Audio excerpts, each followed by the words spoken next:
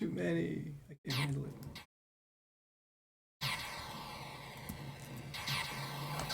Get on this.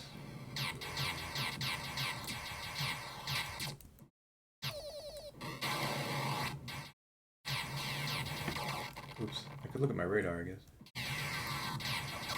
Oops. Need bigger targets.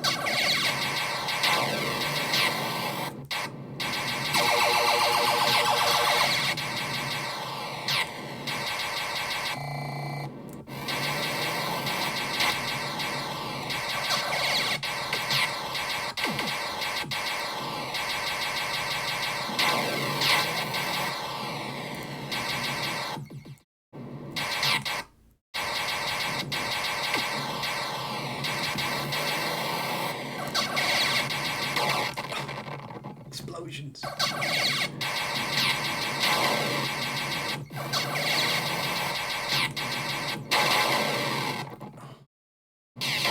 Too many mutants.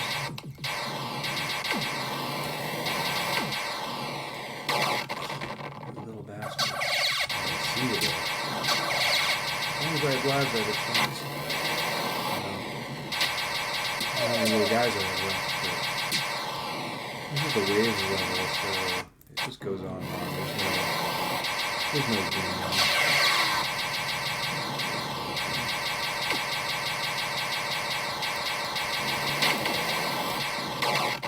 Bloody hell.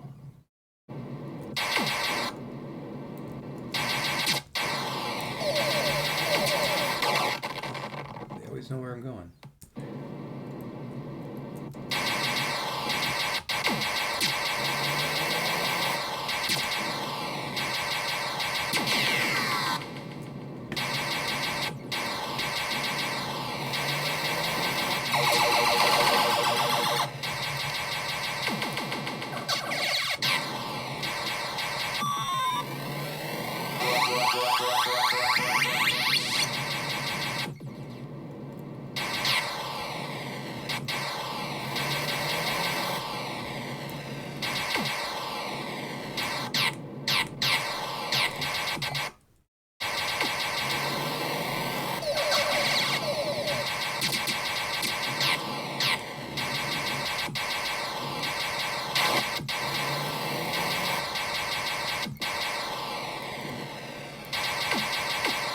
The logic on those mutants.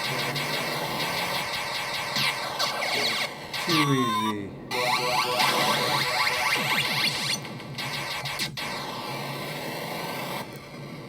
Once a very wild saucer will show up, I swear. Oh my god.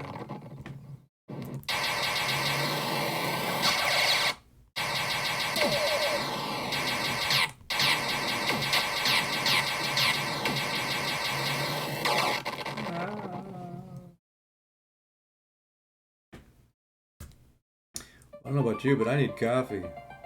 I'm gonna get me some coffee.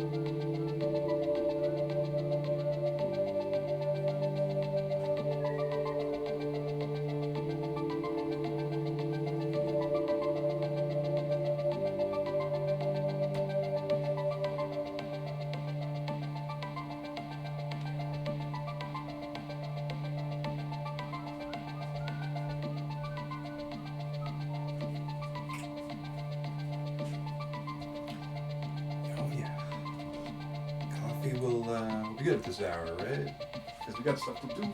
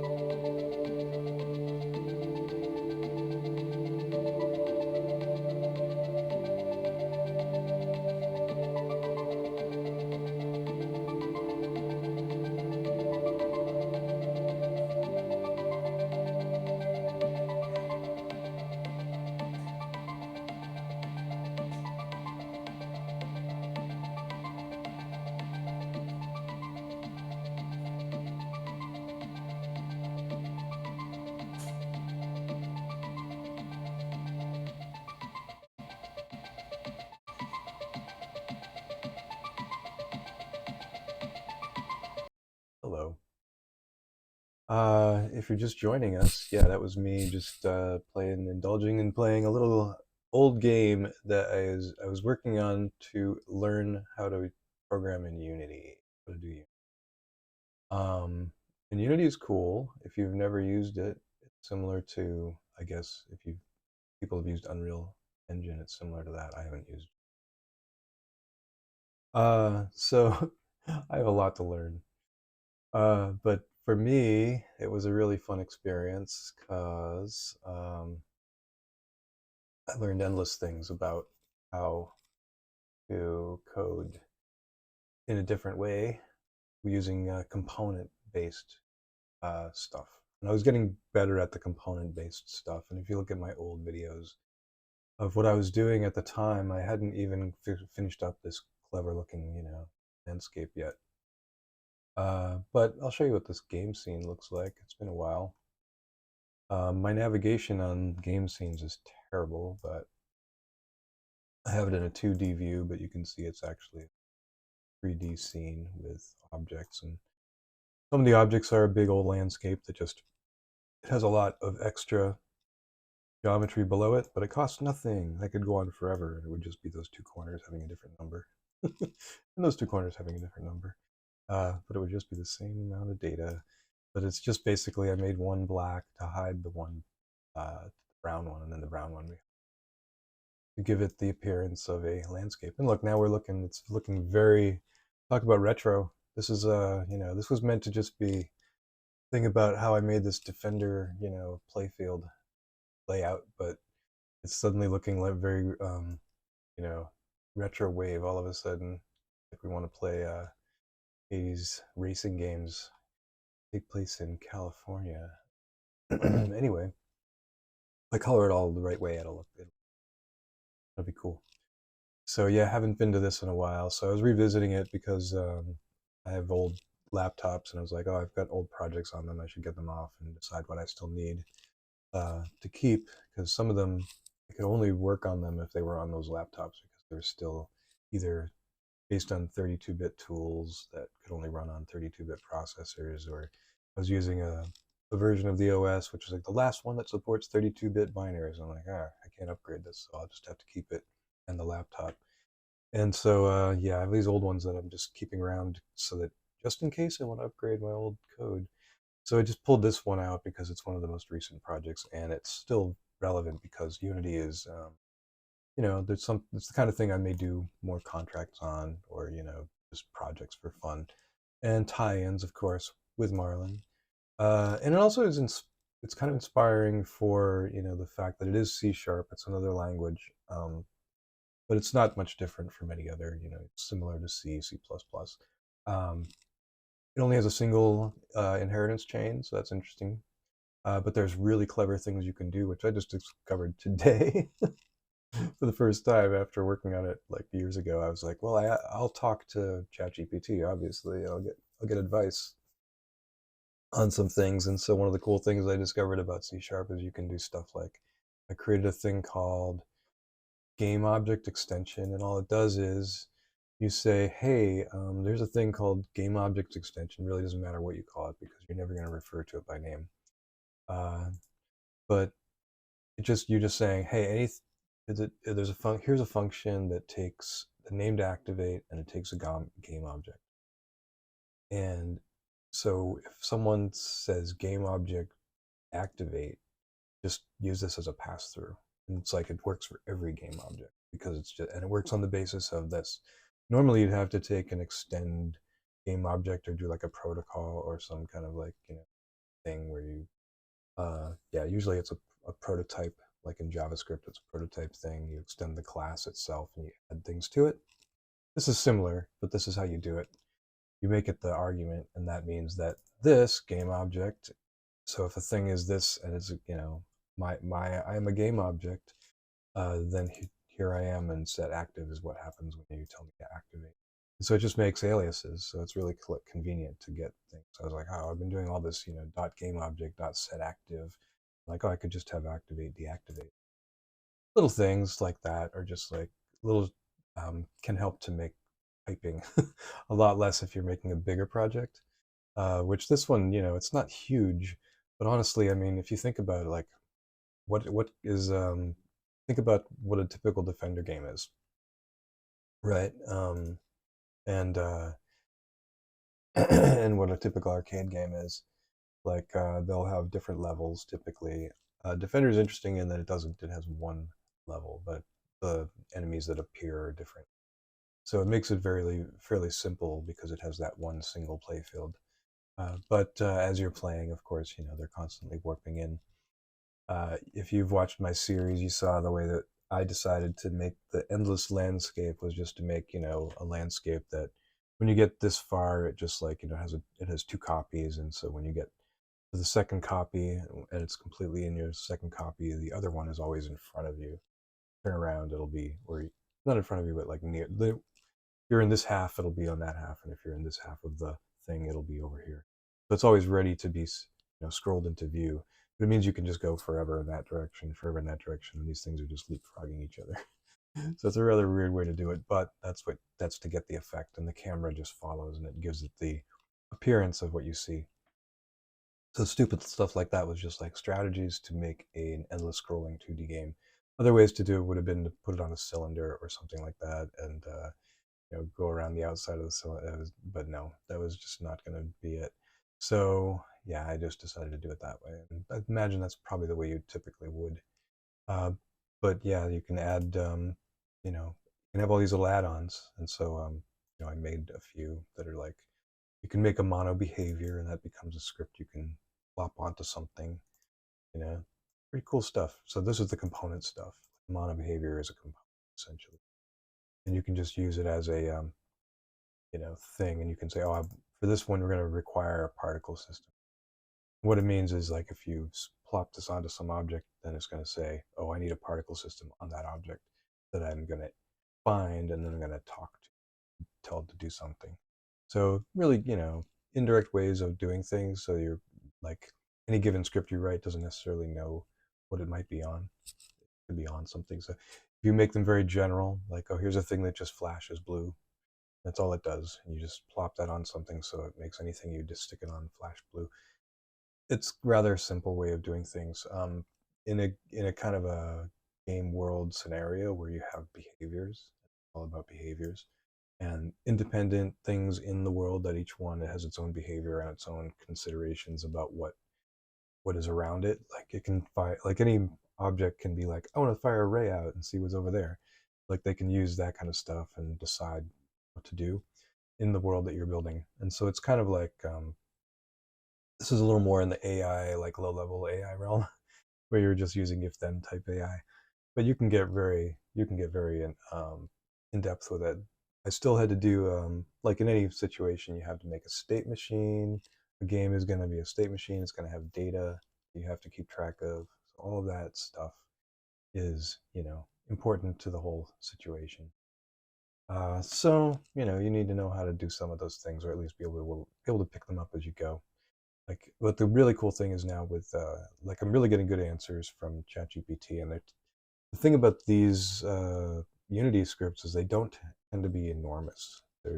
You're typically making one thing that's a small behavior, and so that's very digestible by something like an AI, like an LLM. So it's pretty good at spitting out small little scripts that are just what you need. Um, you know, but I went through several different iterations of things in building this, figuring things out, and being like, "Oh, that's a bad approach. I'll try a different way." And I may yet have other ways of doing things, but if you take a look at the way the project is now, you can see I just have it built as a single scene.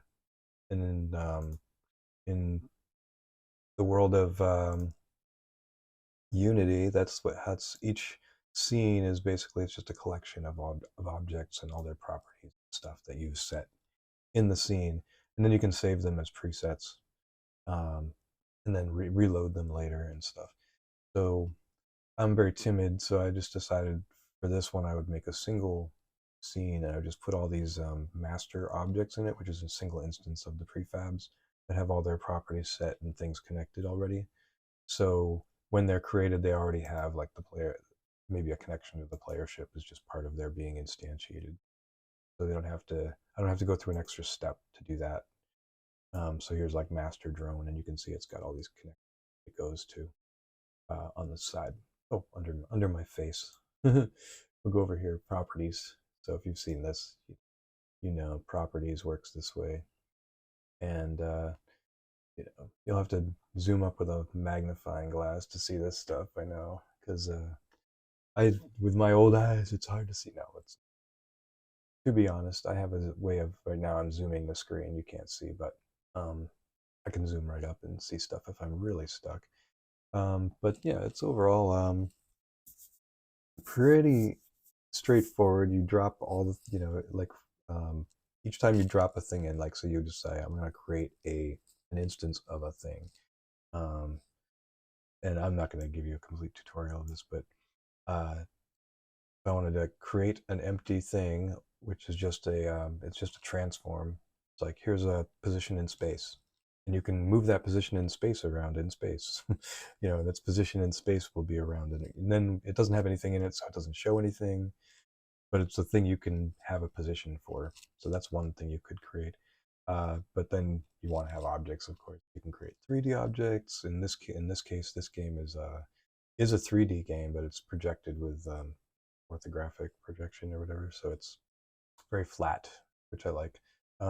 Meanwhile, you can also do things if you really want to do real 2D games in this, you can. Uh, and then you have particle systems, they're fun. Lights, audio, video, UI. These are the new UI. Some of these are new things I'm going to be playing with. And that's going to be very piecemeal, little by little, and I'll eventually get it built out. But the fun thing is I can actually, right now, this very minute, build a native version of this for macOS and run it, which means you could probably run it on your macOS if I, were to share it. But I'm not ready to share it yet because I don't know what I'm doing with this thing yet. Uh, but I'll share it with friends and have them play it. I'll get my beta testers. So, but yeah, this will have to happen in some other milieu. I gotta keep it somewhat separate from Marlin. These are very separate things, but it's cool that we have this as a way of, say, doing visualizations. We do have a simulated printer, and I did make a simulated printer in Unity at one point. And I'll next time I do a stream, I'll open that up, maybe even sooner than next week. But over this week, I had hoped to get beta 3 out, but each time I went to do so, it was like there's just one more thing. And there was a particular fix for MakerBase or MKS displays, the H42, I forget what they're called. Displays, you know which ones. You love them, you hate them, but they would work better on Marlin if we had it fixed up, and we actually do have it a fix up. I think it's H43. Anyway, it's coming up, and I wanted to get that in before the beta. So I'm going to try and merge that tonight, and then we'll carry on from there.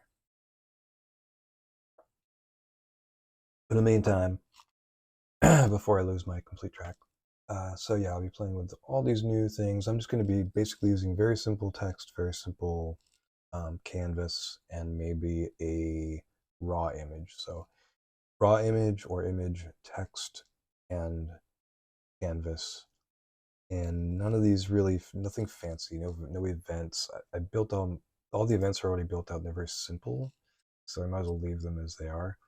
If later on it seems like, oh, these new UI events are great, I'll just use these instead. Like what I really ought to do is just build out like a tutorial project that uses the new UI elements from scratch, get used to them, see how they work, and then understand, whether I really want to use a custom layout or whatever. I really went to some lengths to make sure the layouts in this were okay when it stretches in different orientations. And there is an issue with, like, the smart bomb and things like that, is like you can cheat by having the camera zoomed out more, and now your smart bomb destroys everything. But I think in the game it's like, because the playfield is so long and the way the game is paced as it is, it's like I made it more casual. I'm gonna be, trying to change that, but it's all about, juicing it up and stuff for a more mature iteration of something like this. Now I don't necessarily want to keep working on this thing forever. It was my first learning project, so I also did yeah, as I said, the 3D printer thing one of the things that's in there, it is 3D, so it has like, I had the ability to pull in some clever things like a mirror texture that looks like a mirror, but it's actually a camera that's being projected. So, it's an old trick, but it works. It's very convincing and it looks like a mirror. It's really great. So, you've probably seen it. You can look it up on my channel. It's like a Prusa i3 simulated because I wanted to make something to like, tune my i3 right here and make it go in ways that work great.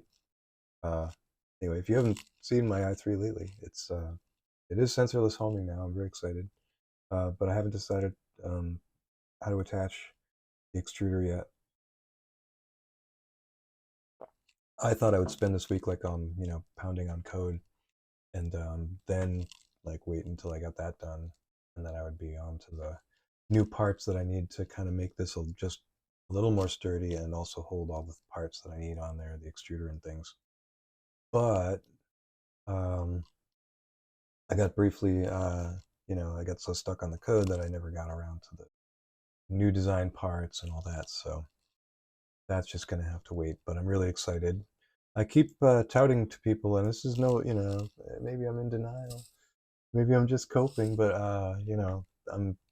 I'm seeing a lot of enthusiasm for the rep wrap thing right now. Um, and even though say the parts and so on that we would order are heavily tariffed, a lot of us have stuff on hand, and we can utilize a lot of the materials we have on hand, and we can continue to go nuts with the stuff that we have. Now there was if you think about it, the rep wrap Harley was made as a is it the Harley or was Harley the guy who made it? Now I'm very confused.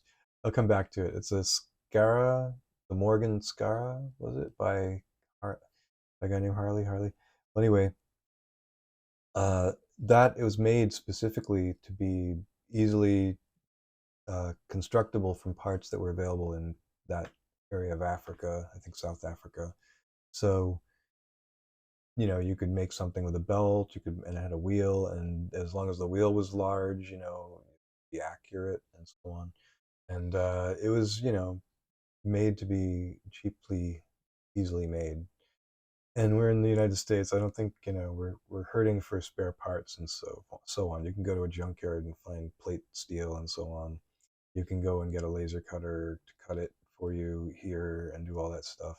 And ultimately you can build something that's better than what's available commercially, but it does take some building.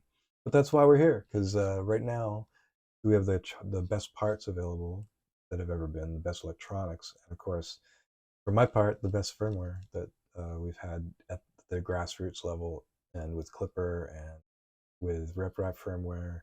And yeah, I did pull out the E3D tool changer, and happy to say the screen is all happy. And so crisis averted. That does have a working panel due, so I'm going to be able to do more development on panel due. But I'm also looking to again do the conversion on the E3D tool changer, so stick around for that. But all this depends on me getting the next iteration of Marlin out. So all these things they feed into each other. The more progress I made, the more progress I make on the firmware, the happier I'll be, and the more free I'll be to like do more of this kind of sharing with you the kind of stuff that I'm working on. I also have a plotter to rebuild, all these printers that need firmware upgrades, and each one I think deserves its own little moment. Like, for example, the Anchor Make, which I think is now, I think from what I understand, they've changed the name of the Anchor Make. I went to look for it on the web, and they actually changed the name. So, hey, breaking news, people, Anchor Make printers have been moved over to, or maybe they always were, just a rebrand of. But let me see if what it is on GitHub. Maybe I'm just confused, but let me just double check here.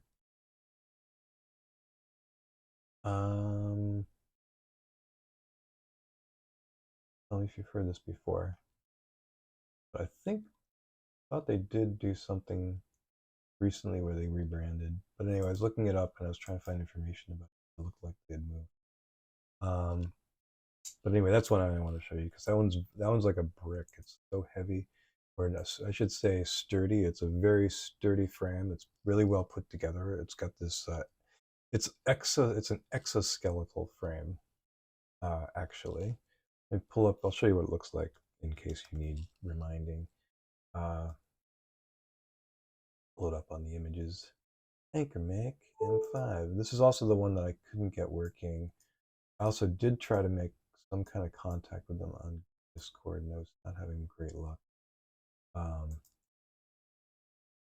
So I need to reconnect. But yeah, you can see there. Right now, this is a printer that was in the 5 to 700 range. I don't know if this is the M4C, and I've been seeing it in places like Temu for less than $200. And I got to tell you, this is a really. I actually have this one here, the one with the fancy screen, so that may be a little more pricey, but uh, for the price, it's a really great printer. I'll tell you, this one I have is the one with the two rails. So again, this has a dual rail. This one only has a single rail. So really, the one with the dual rails is superior, in my view. It does go fast. They claim 5x whatever. Uh, what they really mean is 5 times typical speed. So typically you can get up to 250 and beyond. Actually, I took a print down from several, like I think it was something like 15 hours down to 6. So just by I resliced it with higher numbers. I was just like, let's see how high I can go. The thing was I couldn't get the app to work with it, and that was a problem. I couldn't get the pairing to work. So uh, that's annoying. I should have had someone else with a different phone try it, maybe on like an Android or something. But in the meantime, so that means basically there's no like speed control on the screen during printing, so you can't like slow it down, speed it up while it's printing. Also, it does a. This is the one that I was talking about before that does a pre-scan um, on the G code. So that's one of the things that's got some special sauce in the firmware. Those and you can see normally they're 700, but they're now you can get them for a song, and they're really worth it. Now this is like a time when tariffs, whatever. But if you're getting it, say off eBay, you may be buying it from another person in the U.S. I don't think a tariff applies in that case. Typical, just sales tax applies, and don't quote me on that. I am not a liar, but I do believe right now this is one of the best deals going. Um, so get them while they're hot. The one thing is they're a little cranky sometimes with the z-axis. I found that if you're not in perfect alignment, like you'll sometimes find, and you have to push it down or pull it up or whatever to get it to go up and down. But if you let it once you let it do its it does like a special leveling thing as well. Like especially if you I don't know if it's built in. If I can't quite remember, I think it does have a built-in procedure, but I think also the slicers when you get the profiles for it from Prusa, it has a procedure at the start that it goes through before the print. I may be confusing that with the BQBX. It definitely puts one in the BQBX, but this thing has its own thing. But they both have the ability to move the z-axes independently. Why those are really useful, and it does an alignment on the back end with. So I find it's best to like they'll have the tab that sticks out in the back, so it always has room to make that line. Uh, your mileage may vary with that, but otherwise, yeah, it's a great, not finicky printer at all. It goes fast, and I'm looking at the code that does the pre-scan, and it looks cool, and I'm really anxious to get that integrated as time allows. So stick around for that. I don't typically announce my Twitch streams on Discord, but wait tonight just for the heck of it, because this is going to be a little bit of a longish. Um, my roommate is typically expected in an hour, so I may quit at that time because he likes to, vent about work and stuff, as we all do. So I like to let that happen, and then maybe I'll come back on. We'll see. Anyway, other stuff that's going on. Well, the other thing was, yeah, this my MakerBase and uh, DGUS screen, DGUS.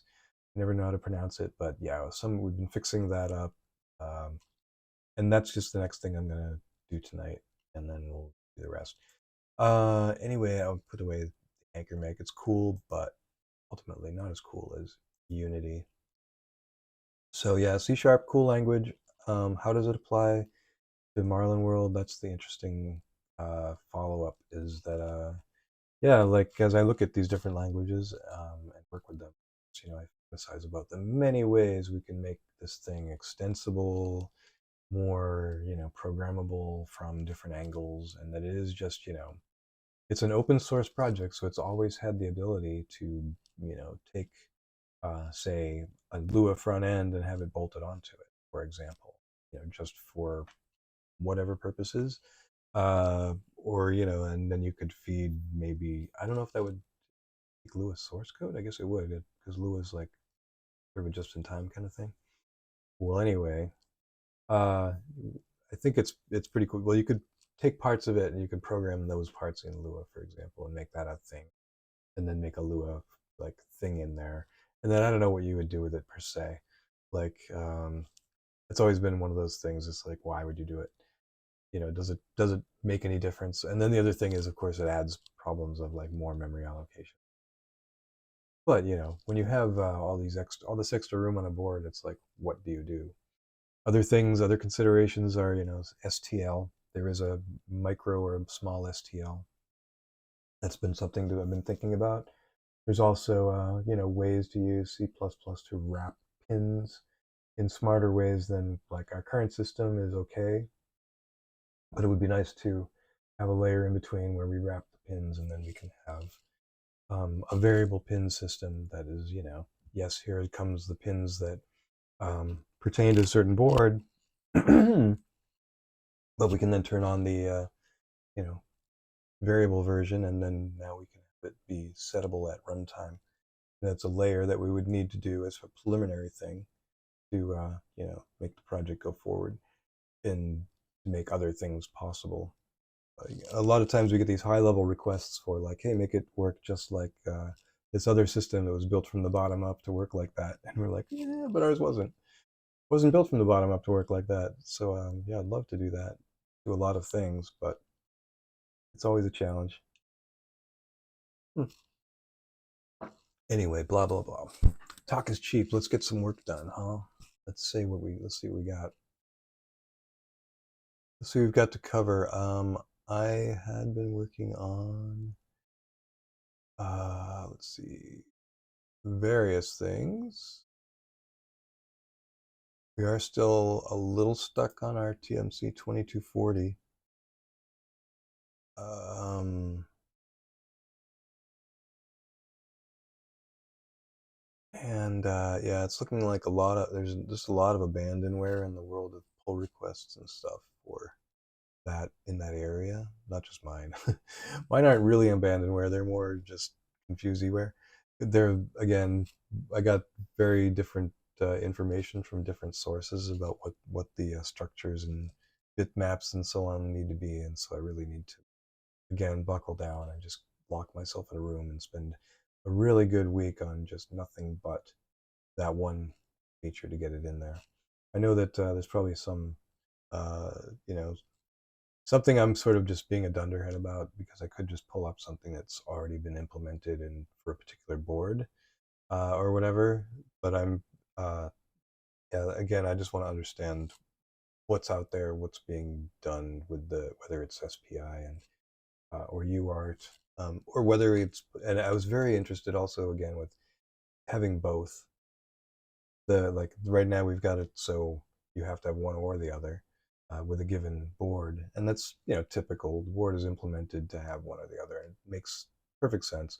But oftentimes boards also have just like your Pololu field bases, and you can plug something in. It has pins sticking out, and it's like if those pins are SPI, you can use them as SPI, and if they have UART, you can view art. But if we don't have one implementation or the other, then you're stuck with whatever. So we want to make basically everything available. That's all the hardware that's compatible with these boards should be implemented and brought over, and it's just a lot of work. Mm-hmm. Hence the coffee. Uh, so yeah, it was good to grab this. I pulled it up and I was surprised to see that there were only two small issues or maybe three issues when I opened it up the first time to see if it would like work in this 2019 version of Unity. And it was like the last version that still supports this obsolete stuff it's telling me all about here. So what's really cool is that each and every one of these I can just look it up in my code, see what I'm supposed to replace it with, and then sort of just figure out where to put it. The one problem I have is my concept of having everything be built, and you have this idea of I want things to be organized in these. Some of these things are just there to organize things. Like this group here doesn't really matter. It's not something that needs to be shown in the game, but it's an organizational group. Probably name it with like an underline or something, but differentiate it. But if I'm going to be replacing these things and putting them into a single canvas, and that canvas is like at one level, I can't that's going to move everything to a different place. So do I do references? How's it work? Keep the thing where it is, but have a reference to the thing in the canvas, as a temporary measure. That's one way to do it. At least it would then be compatible with newer versions, and I could get it running. And it's like, those kinds of patches are fine, you know, interim patches. Also, yeah, I had suggested to Mr. GPT that, why not just make a wrapper, give it a slightly different name that just, gives me the same abstraction, um, but it just has a different, and just making sure that all the methods that would normally be there on, say, GUI texture would be on whatever I'm using, which I guess is going to be raw image, or maybe image, probably raw image. Uh, so yeah, it says here, it doesn't tell you what I should use. It'd be nice. But every time I ask the GPT to give me suggestions, it also asks if it can write me a script to convert them automatically, and I'm like, scares me. It's a lot of stuff in my code. I don't know if I trust it, but obviously I can. I have all this backed up now. It has been in version control for a while. The last times I was working on it were, again, 8 years ago until 2 days ago, when I just pulled it out to see if it would bloody work. Surprisingly, learned all these cool. But yeah, at this point, I'm just going to, set this aside and come back to Marlin. I've been thinking about editable manual feed rate, just editable everything basically. But the more that I beat this dead horse of like implementing things the same way, that are just editable things that are normally not editable or can be made non-editable, or for smaller builds, the more that it occur, I really want to get that feature class built out because it has all that inbuilt, and you can determine upfront whether you need something to have editableness or not, and everything about it goes with it, data size and you know how it looks in the UI, and everything is all there, and yet it's like, I haven't gotten around to it because so many other so many other fun projects to do. But this one, here we are with, this is right now, I was doing this right string var stuff. I think this is ready to go. So what we're looking at here is the dgus fixes. And then I was screwing around with some, see if I could catch on typos, because I found some typos that look like probably happen a lot.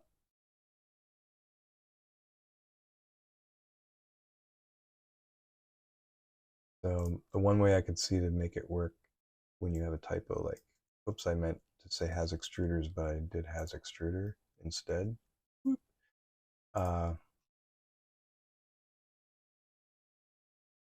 would be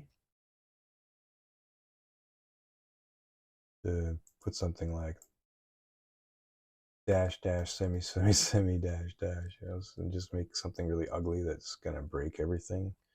Lots of closing braces and opening braces and things.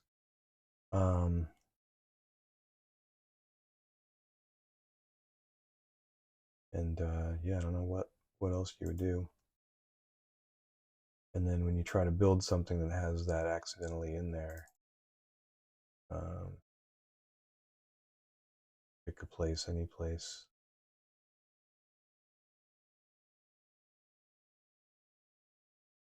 Here by mistake, I don't try to build it.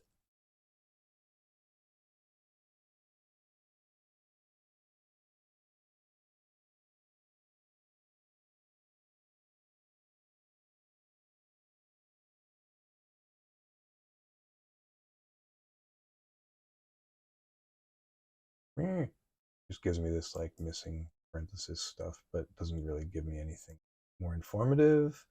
So I know there are clever ways to get deprecated things to like do things, but only I think if they're used in the right ways. I don't. You put properties on them or something, and then they hurl stuff into the compiler. So yeah, I don't know. The thing. So I don't know. I've just been screwing with that. See if I could make anything happen, but no. But while we're here,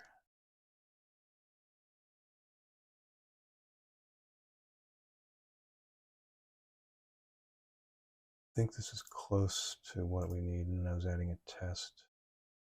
Well, so let's actually try and build this. Right now, that green arrow doesn't mean check mark. I mean, and I'll stash that, and I think that's ready. Oops, sorry. Thankfully, Narno's on top of things. Fetch that.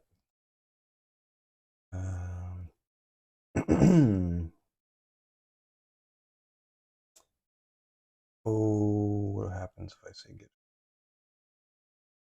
and then get rebase? I think I say this, and then stuff I need to fix, and boop.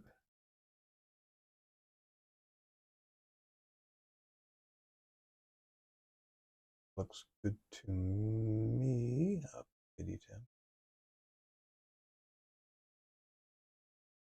And one more.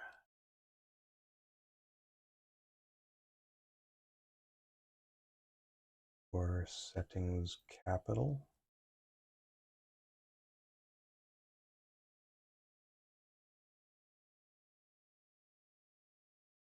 I don't like the capitalized. I want to make sure they're named the same.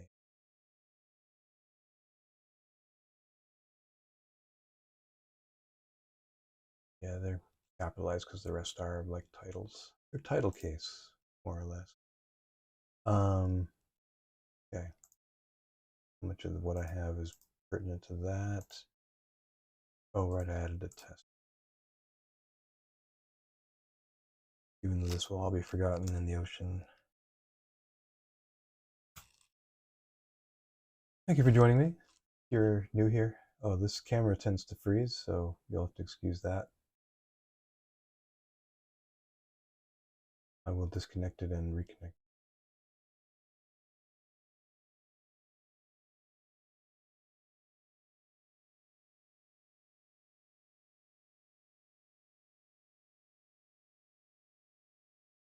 Look, desk view. You can do desk view on this thing. Let's see. Hey, if we want to see my face, really, I think there's a way I can set this up to sort of work. There, I'm always looking up strange angles now.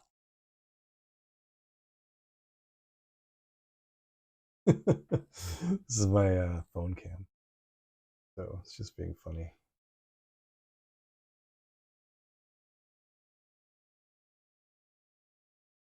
Uh-huh.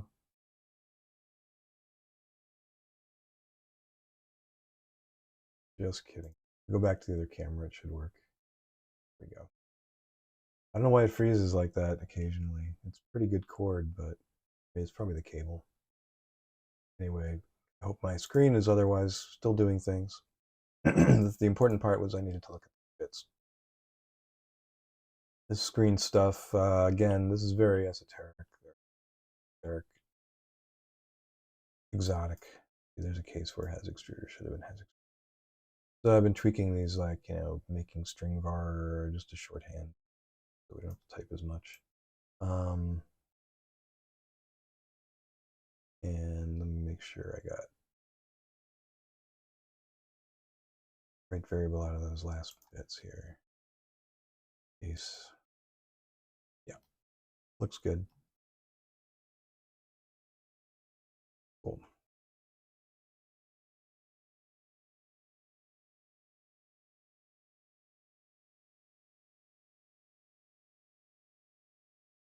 I think I did something like this before.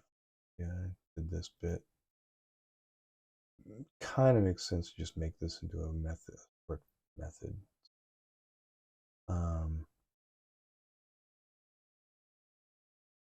Keep doing this. Oh, look, language p in it kind of does it all, doesn't it? I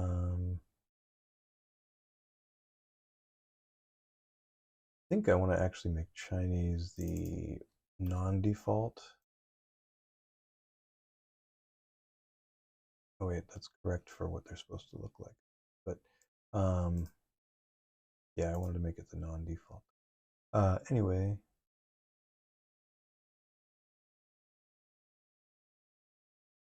but in other words, when it's English, it will be that, and if it's not English, other. Good enough. So interestingly enough, that's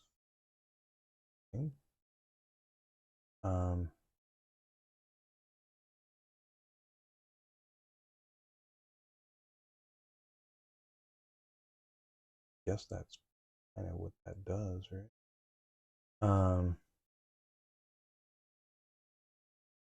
I'm mistaken. Trick, just like less redundancy.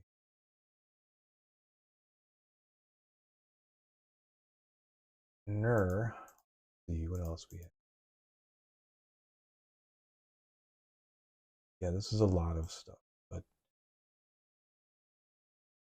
a big bunch of this is actually going to be collected in its own separate thing, which is why I have it over here. Just the cosmetic fixes have been moved over.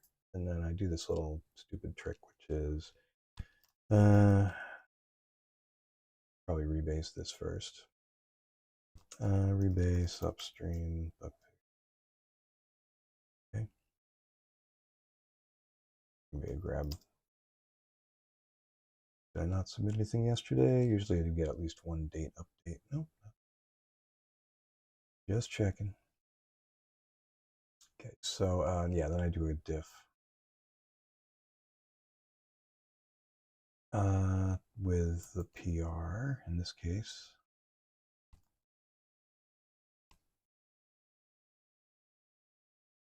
I believe that's what we were just working on, I hope. Yeah. And voila, we get a bunch of things I can cherry pick from, so I don't need that. Ooh, nor that. That. Nor that, that's new. This also new. New things are coming in, but this will be more of the, I think nothing here matters because I've already done that. Been through these, cherry picking them out. And again, same with, leave most of this through. Yeah, done with that. That also done. And so we're left with these last little bits that I believe it was like language p in it. And then changing language p in it to what I did change it to, which is wait, I'll do it. It's here somewhere. Hold on. Let me get my umbrella.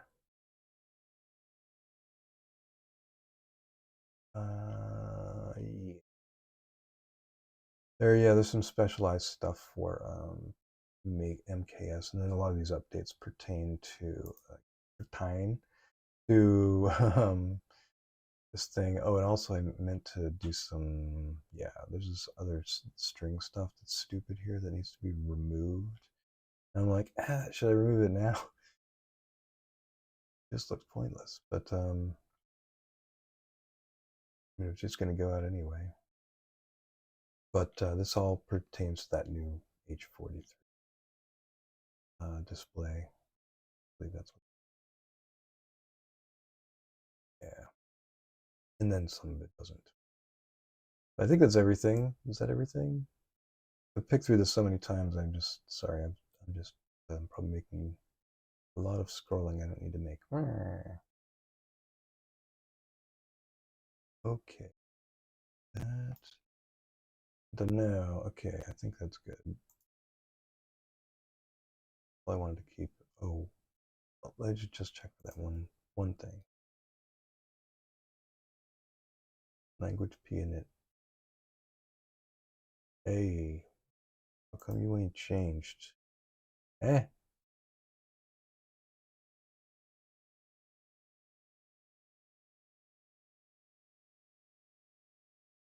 What line was that? 1203. Sorry, 1203.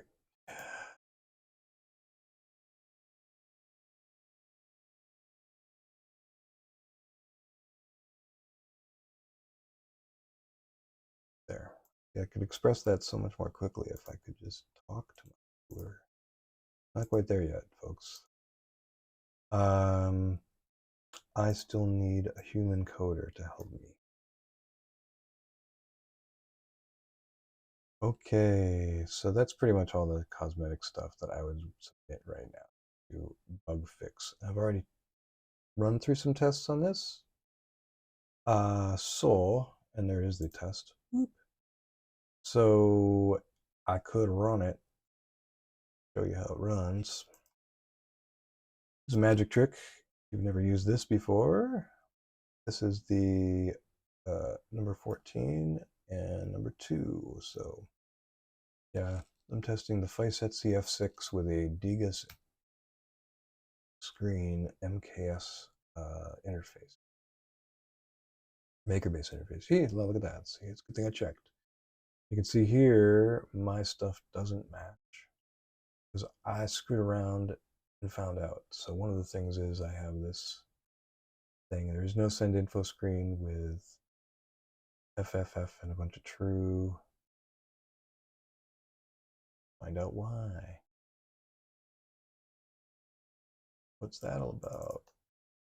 You can see here's where this come from. Most recent change, nothing from this. It's actually not even part of this PR. This is old code. So is it supposed to have changed? I don't know. You can look at like what the new code is supposed to be and decide, whether I made everything that's cosmetic. I correctly only got the cosmetic ones, or if I made a few others screwed up choices. So here's another one: extruder equals 0. Like I think that's oops. When's that? This one. So here it's supposed to be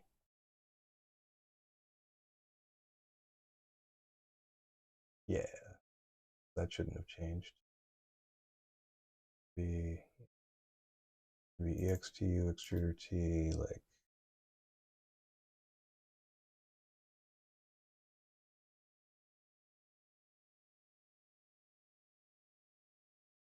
me. So those silly things like I know what I'm doing. And I'll just keep going through them until I get them all.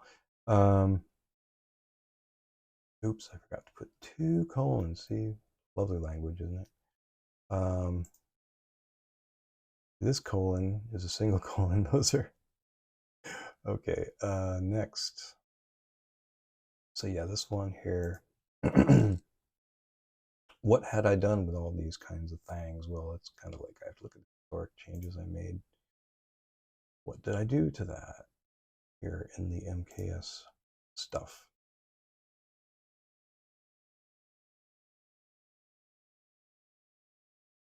And what line was that around? It's like 800. So yeah, and this is the kind of thing I was doing with things that had lots of truths following them.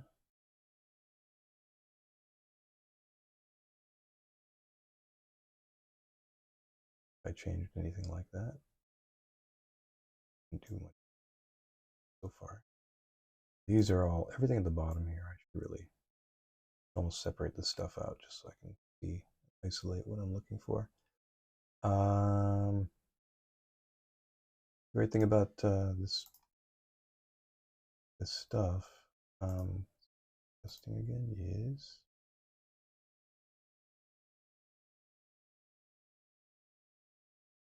right.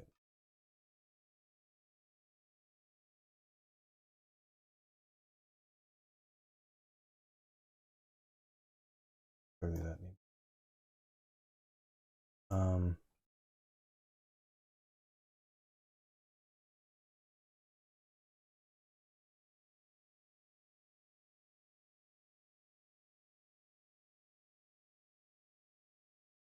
Let's fix a thing here.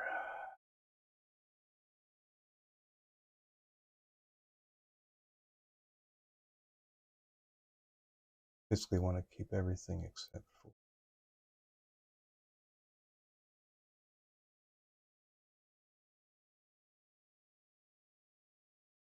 these are hard to capture, but unfortunately, like there's no way to just be like, give me everything from here to now. I'm holding shift and that doesn't do it.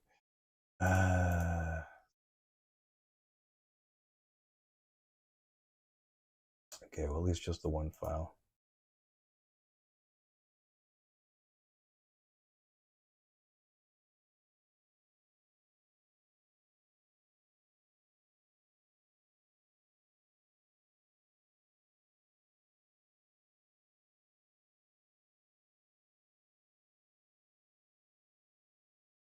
So at least I can separate these out a little bit. Now, the issue we had was one.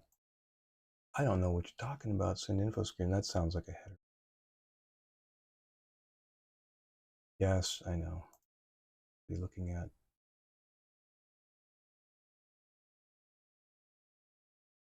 screen handler base. Just checking that if I screwed up any signatures here.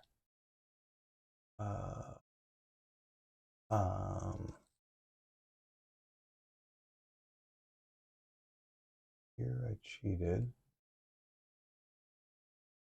There is no send info screen taking for true anymore. At least not that one. Where'd that go? Maybe I'm supposed to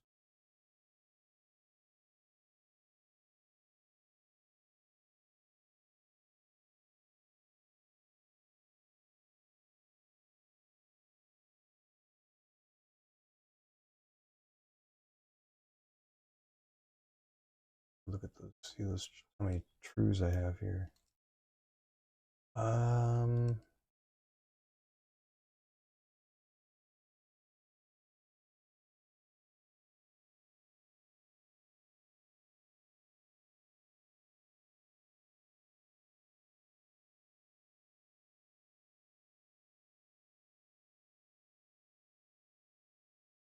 See if this does anything different.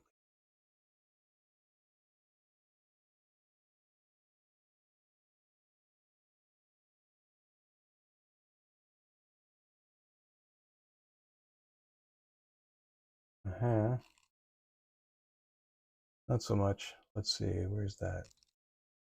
No matching function call. Oh, well, yeah, guess I might have pulled out something it would not have. I know that it works if I'll show you what. If I go to the other one, it does build.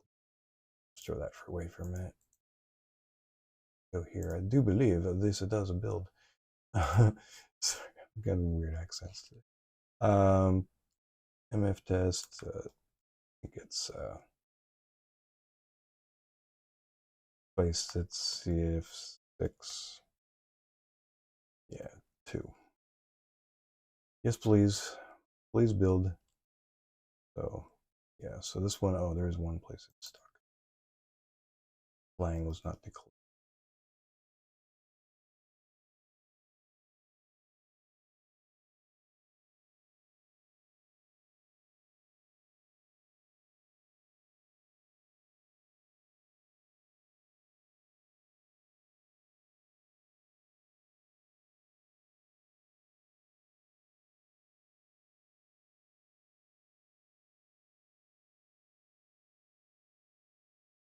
There we go. Now we build again. And as you see, works fine. I was just hoping to get these cosmetic changes separated so that when we go to look at this other pull request later, we'll be like, it doesn't look like a giant mess of just cosmetic changes that are hard to tell from the functional changes. That's just idealism.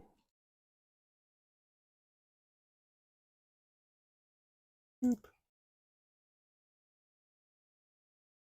So let's stand that up. And then once again, just grab the cosmetic changes.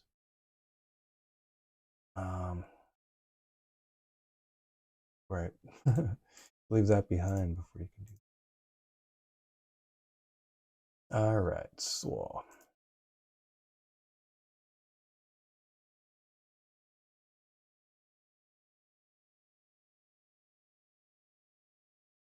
I discovered a few bugs here and there, as you typically do when you start diving into this stuff, really looking at it closely.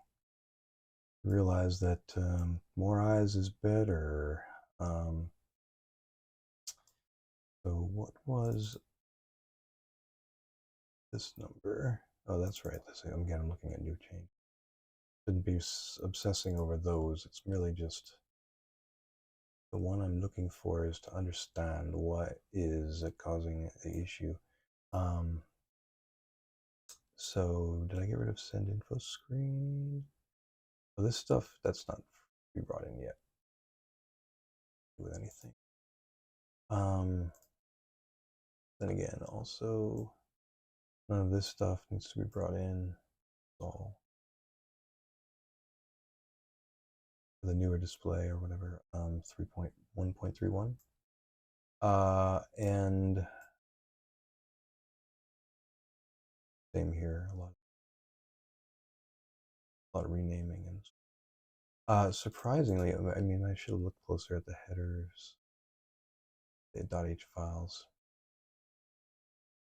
But particular screen handler.h, no. Plate nav, no. I guess not. I guess not. Okay. Thought there was more there.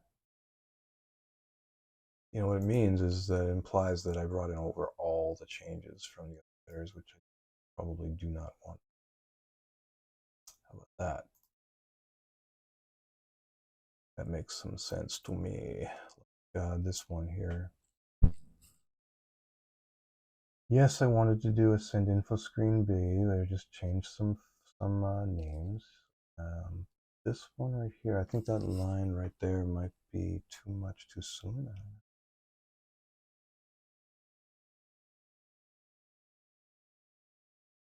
24. Calls that with true for those. Seem to be okay.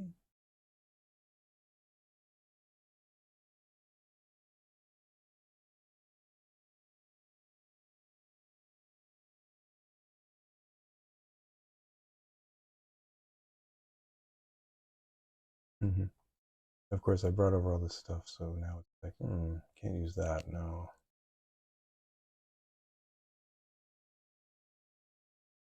But what should I bring? Shouldn't I bring?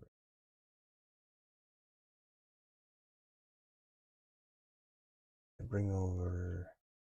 That's no. This was, I think, the one that was confused. Just calls send info screen MKS with that stuff.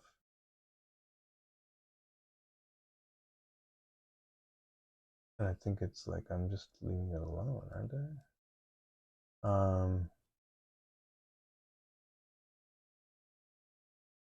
I think I just need to pull the 4 trues off that one anyway. Let's see.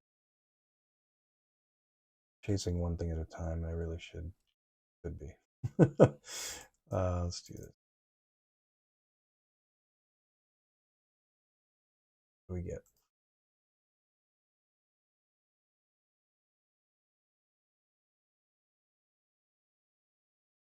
Good. Next.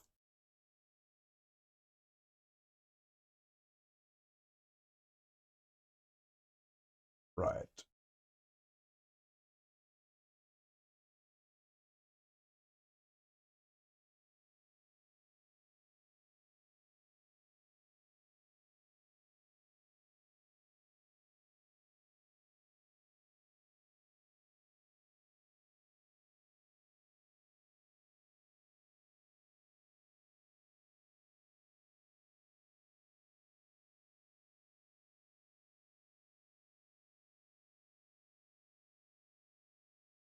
Okay, swap tool is an int 8.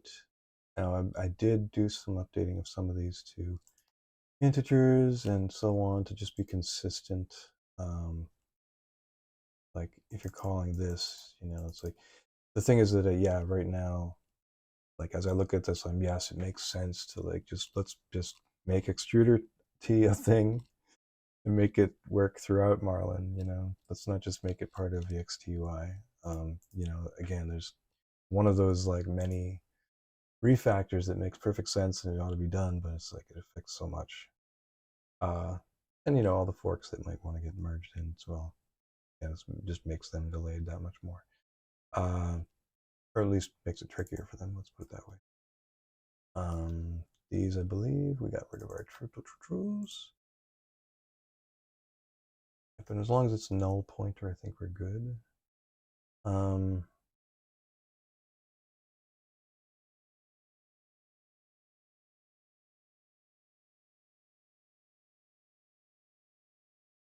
And let us try this build again. It seems like we're actually making good progress here. Okay, and finally Lang.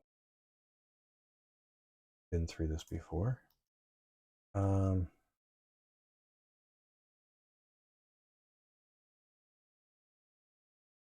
And voila, it'll all be good. Finally. Finally.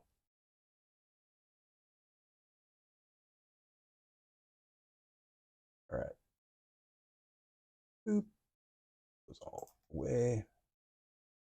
Put this on the way. That's the fun part.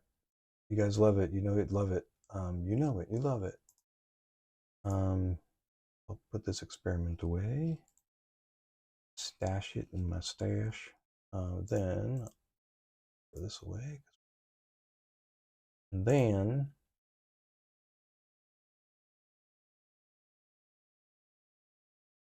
boom. Off to bug fix it goes. Yeah, nothing makes you happier than this. Next. And we merge. And this is the part we love, maybe love the most. Look at all those fun conflicts. How do we resolve them? Well, basically everything that's on the top of the resolution is what we keep because we want the newer stuff.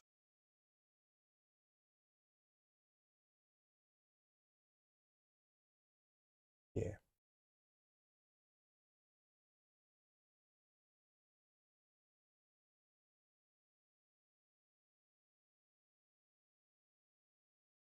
All right. I don't know why 51, 55, 53, 48, 49, 50, but sure. Pages are they're all over the place in this thing. I know a lot of this stuff is probably auto-generated by tools, or some of these for these displays, and that's unfortunate. Spent a lot of time cleaning this stuff up, and it's like next version is just going to be auto-generated,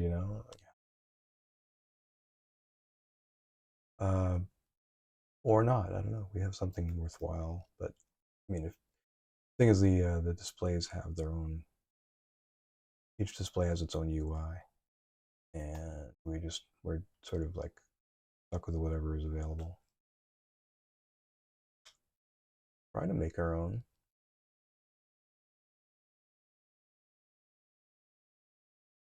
Don't get confused. I almost deleted because I was like, oh, top equals delete. No, not empty. Okay, there we go. All better. That was like, oh, one more. You know it, you saw it, you remember it. That one. All right, again, we're keeping all the new stuff. We go dancing. And then all this old crap will get out of here.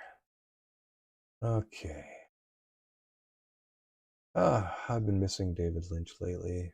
We needed that guy. We need people to explore our dreams with integrity. Dream logic with integrity. Is there such a thing anymore?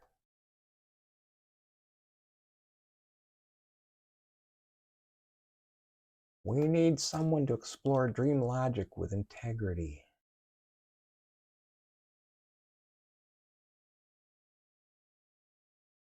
We'll do it. We'll do it.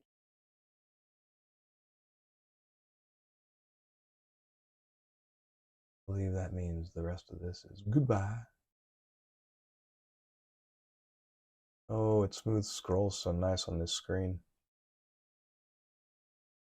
But also, I would like to see that get marked up a little better. Okay, cool. I think that's everything. Yes. Let's take a look at our merge. One way to get a sense of it without running off to the thing is to again do another diff. Or, yeah.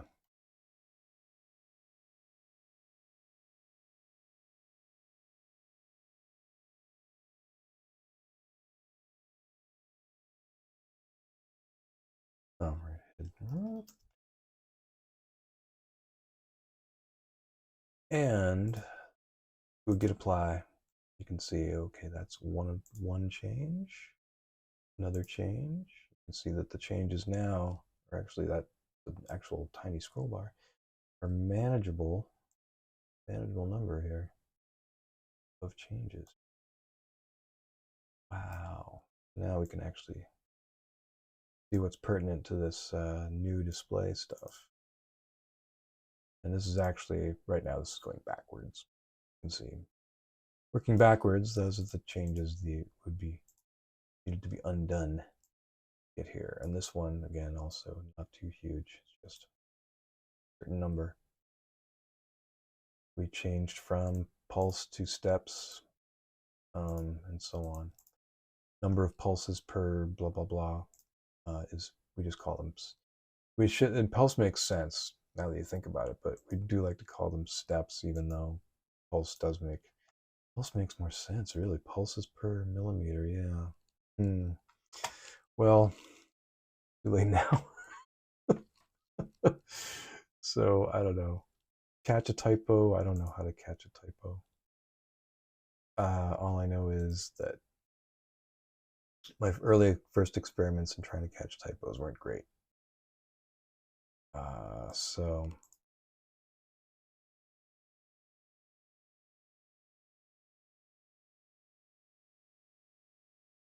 but let's see what else is waiting for us in the pile. There's always something. Let's see. Oh, that's the newest one. Is that? And then, cool. Virtual servos, BL Touch to, I guess, the simulator I expect.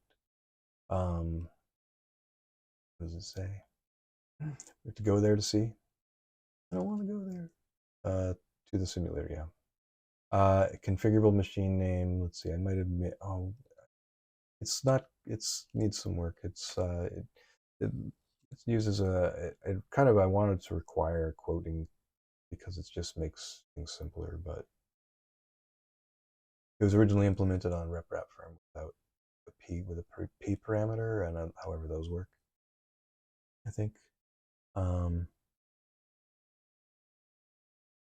and there is a MKS UI bug fix I should look at as well, since it's pertinent to this one we're working on right now.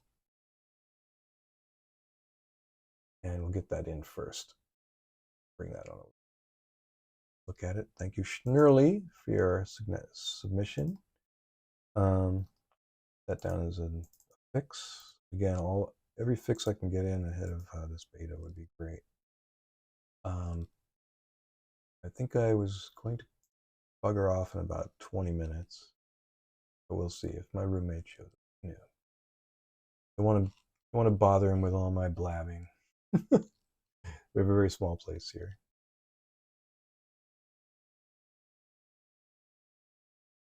And he's enthusiastic for this kind of stuff, but not super into it. So, okay. Let's see if this is something that is already in the other pull request, which I see being redundant, but right, where were we? Yeah, here.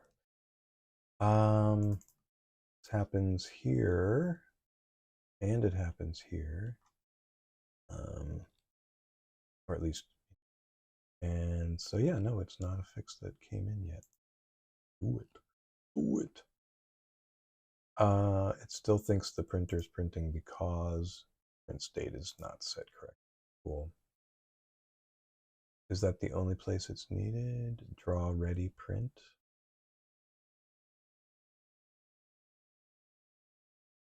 What does draw ready print do? Take a look. Should know.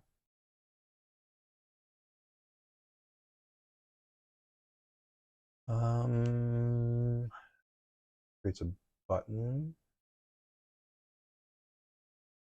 Okay. Printing. It could say printing or something else. Yeah, these should really be. I like to document all these methods more, just so when I go looking, I don't have to remember everything. Also, you can kind of see this like LV label set text kind of stuff. We have new string stuff now. We can do all that now. I'm excited to start, utilizing that. It has a tiny bit more overhead for these strings because they have like little safety margins on them and stuff. You can turn those off if you want less safe strings, so to speak, but I prefer to keep them on.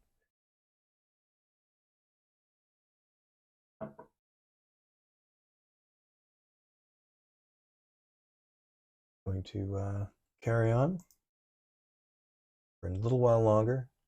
Also, when I post these videos, I don't want them to be so overly long that they just destroy your brains. And, a lot of this is, just the ultimate tedium. I understand. I don't know why there are two spaces necessary here, but maybe that's an important thing. But yeah, all this kind of stuff. Draw ready print. This isn't probably even the thing that matters here. No, it is. Looks like it's pertinent to MKS UI anyway. I'm going to go on the theory that is because it's the only one that's actually. So yeah, screen create, ready UI. Gotcha. If its test flag is, see this mystery meat stuff, this is the kind of thing that bad code. It's bad code. Happy to say it's not all my fault, I swear. It's like just, stuff we get and it's like, it does fit and it does work. So it's like, we'll fix it later. We always worry about it later and then later never. Now it's later. And now we have all this extra time to work on our stuff, our rep wraps. Yeah, I could get into the whole. There's really nothing to say about the politics of what's going on right now.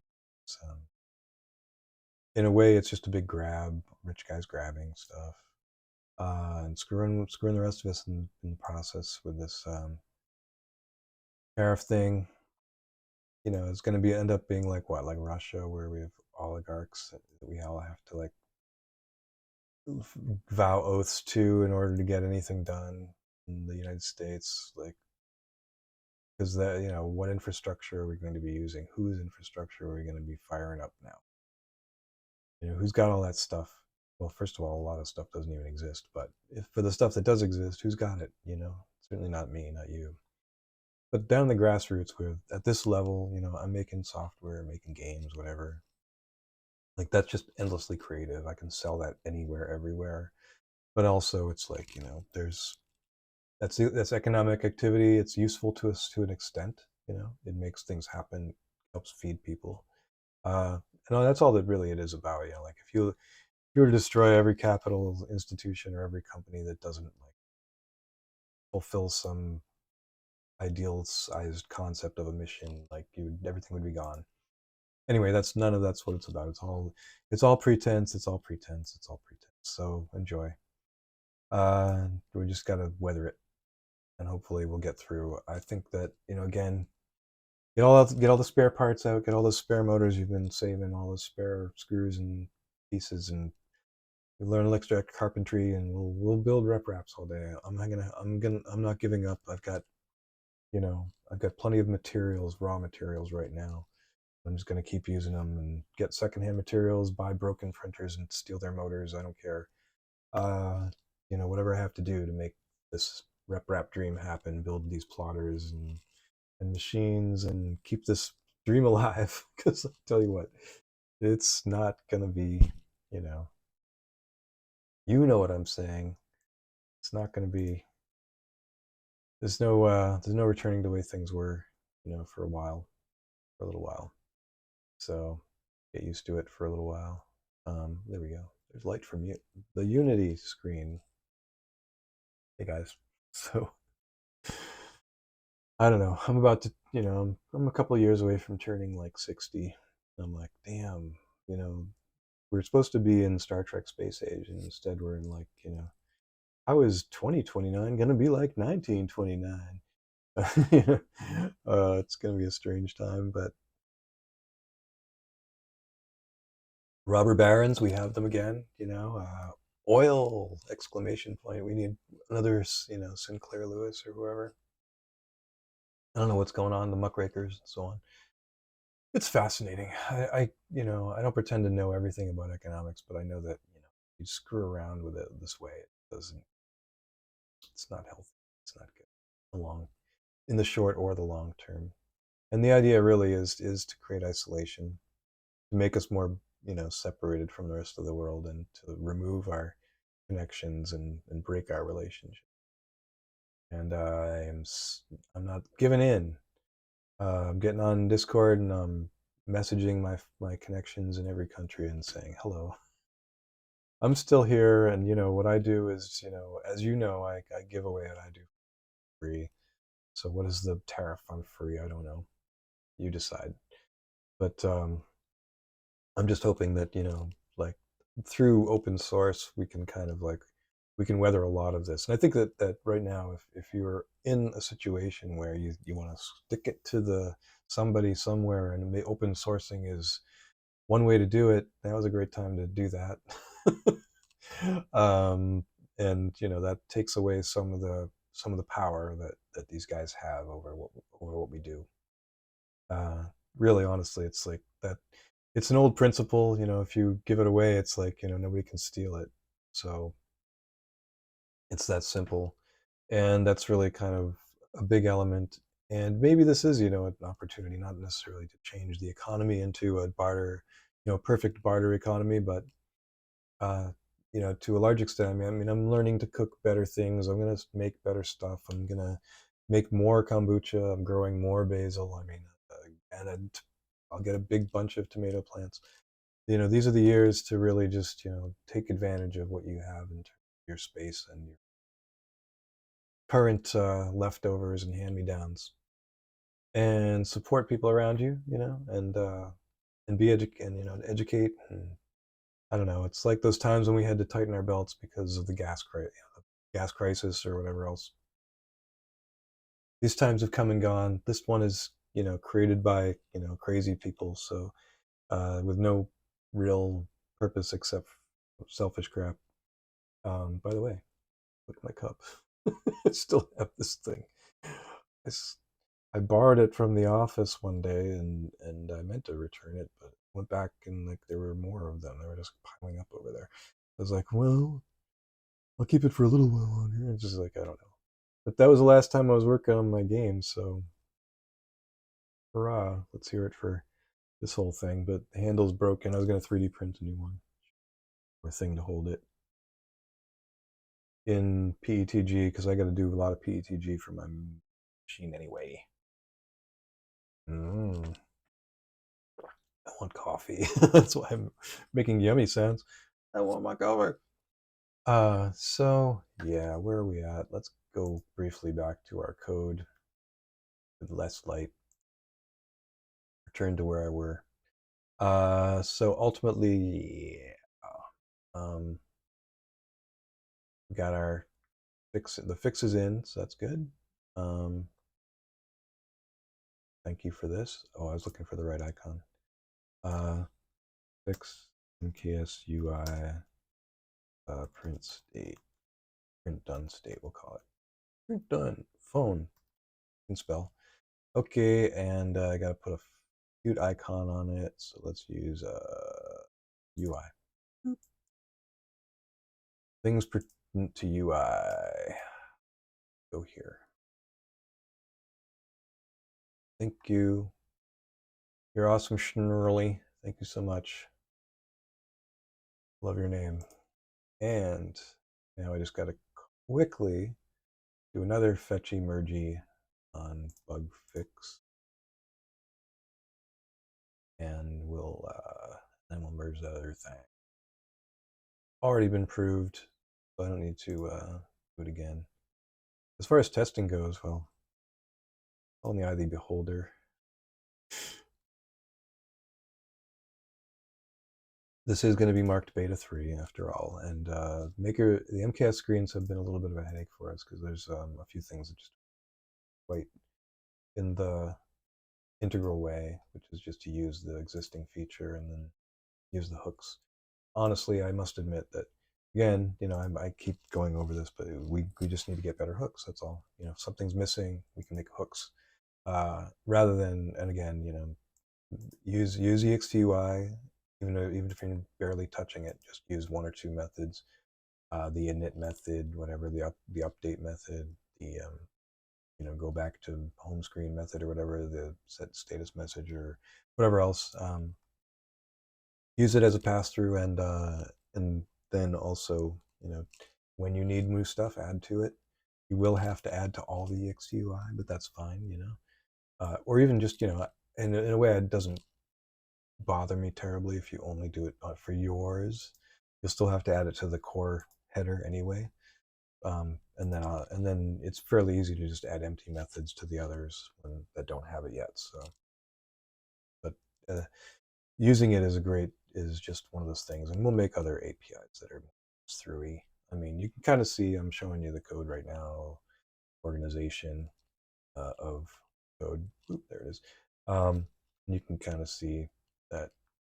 Oops, this doesn't zoom the way that some editors do, but you can see that we've really taken care to organize everything, and the LCDs and certain families, uh, and the top level stuff pertains pretty much to everything. Um,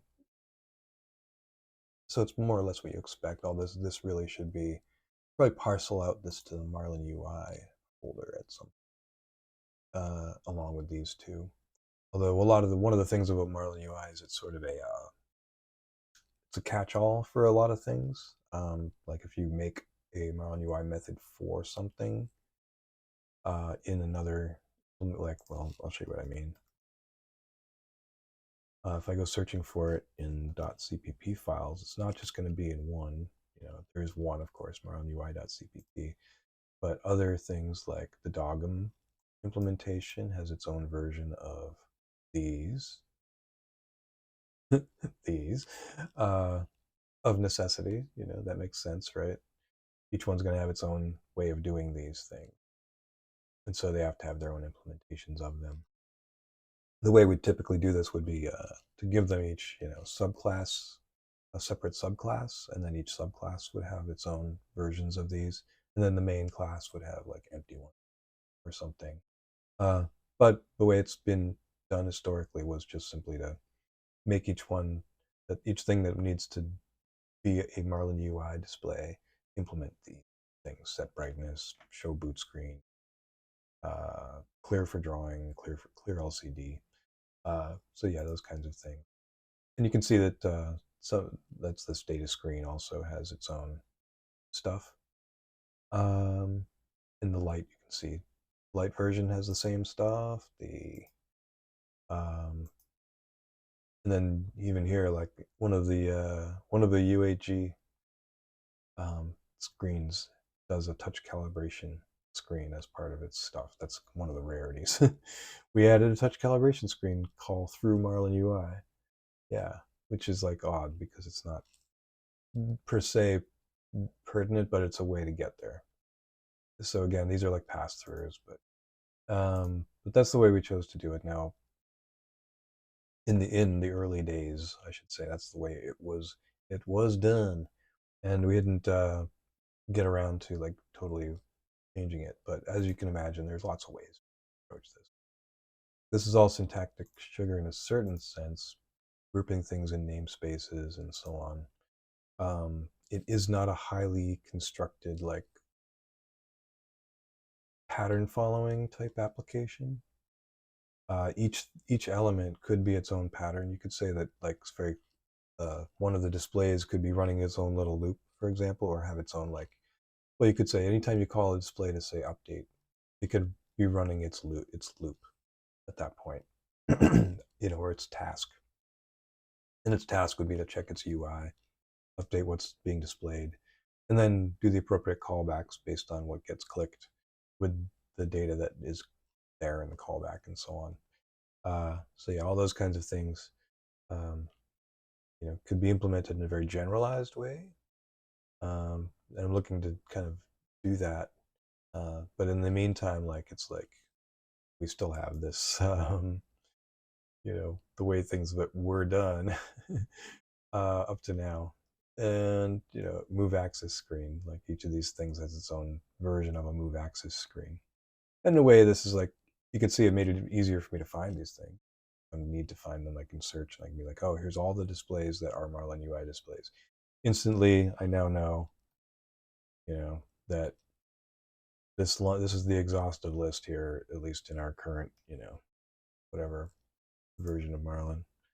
Um, so yeah, DWin. Let's see. Let's just take a quick look, shall we? So yeah, all the E3 V2 screens are actually UI, Marlin UI-ish. They do some things, but the ones that are truly Marlin UI-ish are the ones that implement things like, in particular, where is it? Let's say draw something, set contrast, show boot screen, init LCD, displays asleep. Yeah, this one's pretty basic. Well, UBL plot, clearly, that's a case of like, I'm not even sure why this is. Yes, because, yeah, I guess I know why. It's the only is this the only version? While I'm looking at it. Yeah, I mean to steal this for auto bed leveling bilinear one of these days, and put up a nice mesh editor and stuff. Um, so that'll be good to look at. But as you can see, here's an example of like this one was done for the Ender 3 V2, the typical dogum or rep discount type graphical display. This TFT color UI emulates, and then also TFT GLCD, which is another. It's not a. This is a real emulation. This one is icon based type emulation, but they and draw, I guess, lines as well. But yeah, they can. Some displays can draw stuff, so all the ones that can draw stuff basically are like these, and been meaning to make the flags way better. That's for features on that those types of features. But in general, yeah, like these should be in a pattern sense. These would be more like callbacky, which they are. Yeah, this is here as a callback to be called by something. But then it feels a little haphazard, I guess is what I'm getting at. And just like I want it to feel like it has more design to it, I guess. But at the same time, again, that always having it be efficient and not take up way more RAM. That's something we always want to avoid. So, well, we got through those couple of pull requests. That was fun. Let's see what else is up. Oh, wait, this one's almost done. Let me just got it over here. And I'm feeling good about this. So let me put that icon on there. And I will thank Narno2202. Narno's been really helpful with this and with fixed time motion as well. So kudos. You're on my Christmas list uh, every year. This is these everybody really deserves so much reward for what they're doing, building this for the community. Uh, you know, for what you get in Clipper, it's really awesome, but it does take, admittedly, it takes more work to implement some stuff that Clipper has that you can implement in like a weekend with Python. It's like hacking it into Marlin is a little more involved. It just, especially when it touches the UI, it's like suddenly we have to look at how many UIs we have, and there's a surprising number of individual UIs. And I think what I really need to do is exhaustively sort of make a list somewhere so that we always know whenever UI needs to be updated, like here are all the things that are going to need to be done to make that happen. I think that's important, but also that's like part of the callback thing as well. Is like when I do put something like in the Marlin UI, like hey, here's a new method that has to be implemented, and it's left out of something that forces everyone to implement it, you know, in some way, or if it and usually they pertain to new features, so it's like, yeah, I turned this feature on and I have this display and I got this warning that it doesn't work, like you gotta put that in there just to keep the momentum to get these things working. And in general, I mean, it's not like any of this stuff is obsolete. That's the funny thing. we we still have the very same components, that we've always had. We're using these certain types of displays. We're using certain types of you know thermistors and thermocouples, and we're using all these various components that pertain just as much in the realm of CNC and 3D printing as they did 12 years ago, 20 years ago. It's like the very same components, and all the same components are going to still be around for a long time to come. And you're still going to want to mate your 3D printer parts to a frame, and maybe you're going to take this disused printer that you had and you're going to like want to fix it up, and while you take this other one that has Clipper on it, you've got this other one you just don't want to bother with getting extra electronics for. What are you going to do with it?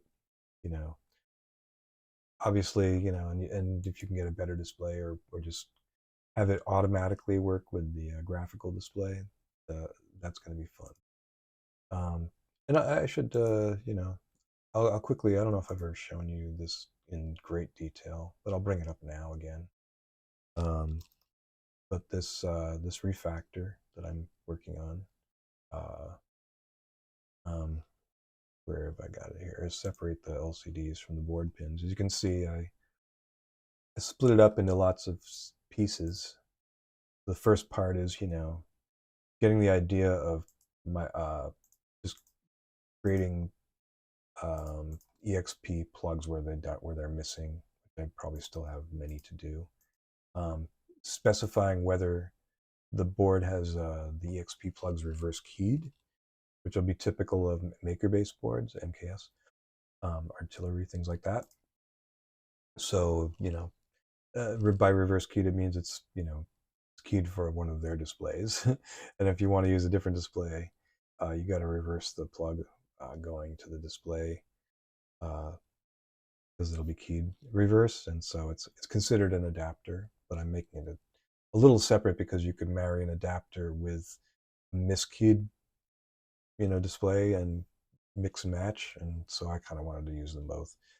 But anyway, that's kind of step one, is to get the EXP plugs documented for each of these boards, um, and just point out, like, here you go. Notice how this is next to 5. Normally it would be next to 6 or whatever. And maybe I have that backwards. No, that's J. Normally it'd be next to 6. It's next to 5 or whatever. Yeah, it's like it'll be keyed on the 6 if it's an MKS board. So if you go up here, you can see. Look, notice how it's reverse keyed. You can always tell. But anyway, then I have this concept of adapters. So I created a file called adapters, and I, generally speaking, first you have an EXP pin, and then you map it to an LCD pin. So I did it this way. Oops. Give you a quick view. Remap EXP3 to LCD1 for displays that only have a single 10-pin connector. So we just call that 3 because it's like, if you have a board that has 3, like an EXP1, an EXP2, and an EXP3, it'll be wired like this. But it's wired like else. It's often wired like 1, so sometimes they're interchangeable. So we just wired it up this way to wire it up so that it goes to a single 10-pin connector. It'll make sense in context later. So here's an adapter Melzi Creality, so single to dual adapter, and it just maps an LCD1, an EXP1 plug onto a 2 EXP plugs that can be connected to an LCD, and it leaves out, like, it only maps those pins, 7 or whatever, but they're mapped just enough to do that. No SD card. Sorry, you can do it on something else. But then there's, mini panel, same idea. This has a weird plug, so it's like, oh, how do we do this? So we mapped a mini plug to an LCD plug rather than an EXP. But it might make more sense to have like an EXP layer, and then still have it be like, oh yeah, if you wanted to marry something to an EXP, it should go like this. So yeah, it'll be interesting to see how I do that. But yeah, I'm gonna work on that. It says this right now is like map old style mini connectors to LCD 1, 2. And I think that if you had an adapter that already mapped it to EXP 1, 2, you would skip this. So this would be something that's more like a direct mapping, like if you just took pins and connected them with your typical project wires. That's kind of what this is getting at. I'm going to quickly check OBS, make sure I haven't frozen. Cool. And, oh, hey, humans. What's going on, mundanes?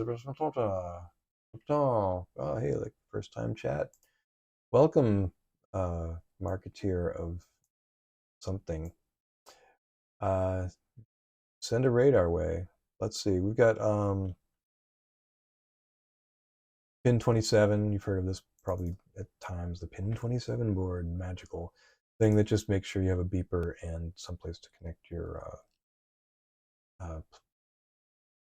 probe, I think, is usually what it's for. Yeah, it frees up LCD or 1 pin after mapping. Anyway, there's also adapter from Crowdy and Big Tree Tech for a dual connector, similar to the one you saw there before. It gets out 8 pins, and then also uses soft SPI. And other things, here's an easy board adapter, and similar to the MKS adapter. It just maps them that way. And again, this is a case of, I don't know why the MKS one is like similar. It should be reversed, right?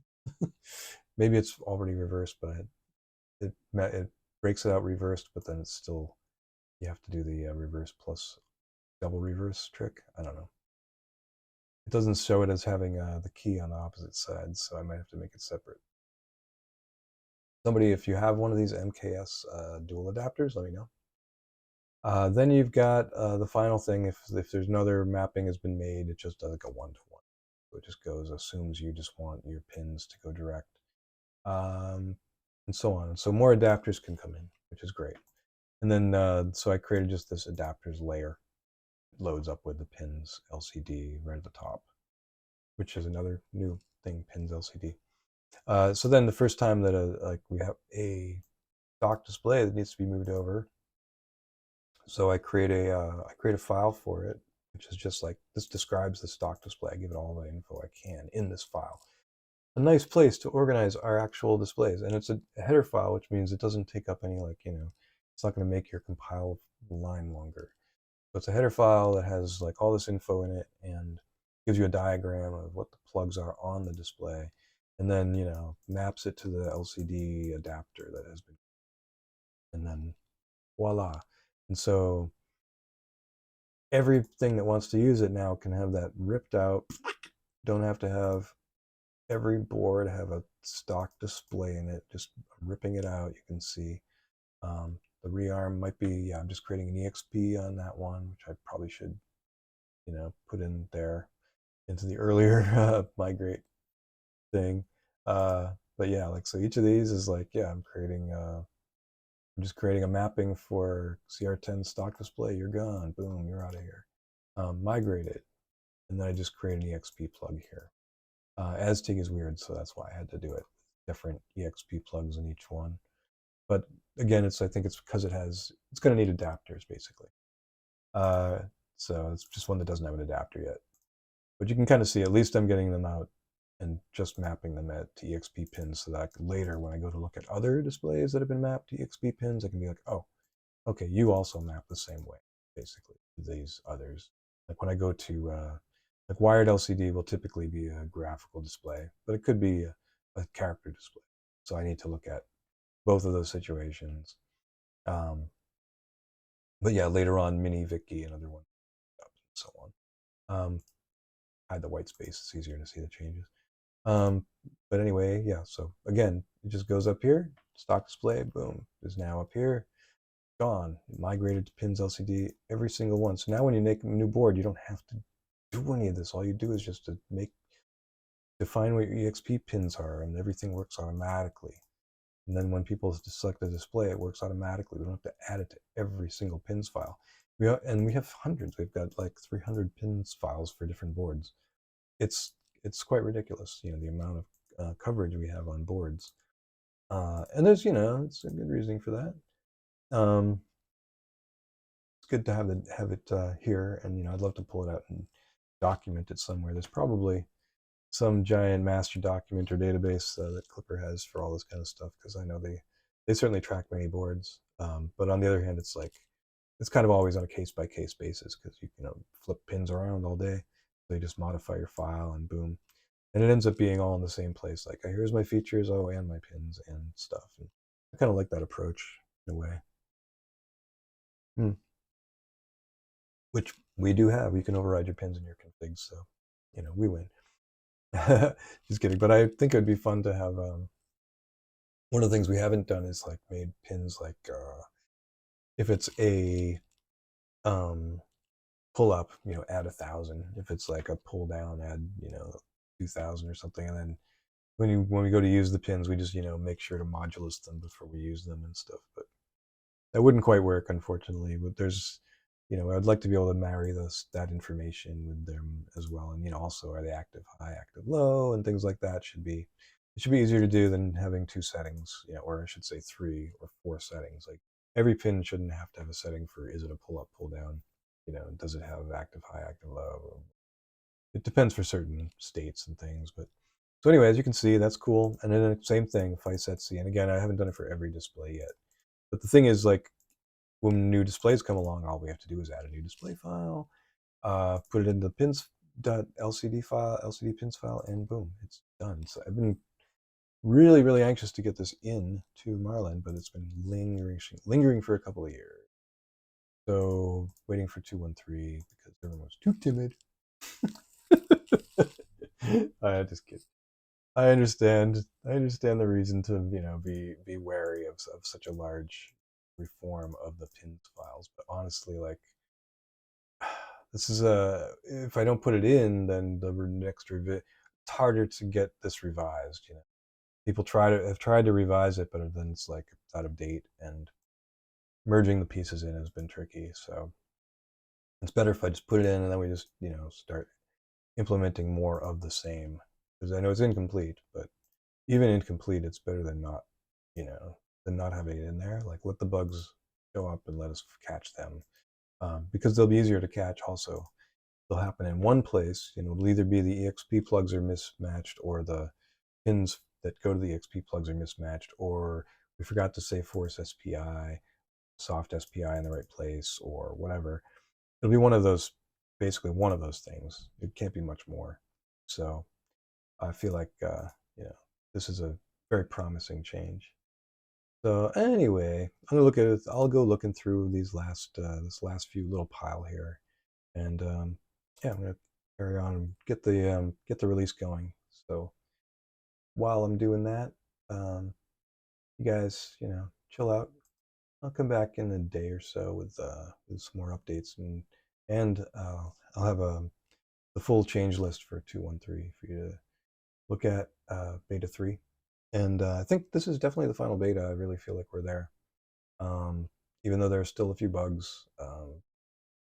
And we'll just say proceed with caution with certain new features. I'm really feeling good about it, and I'm gonna put it on all my machines, and I'll document that process. And as we go, we'll fix things, and it'll be great. See you next time.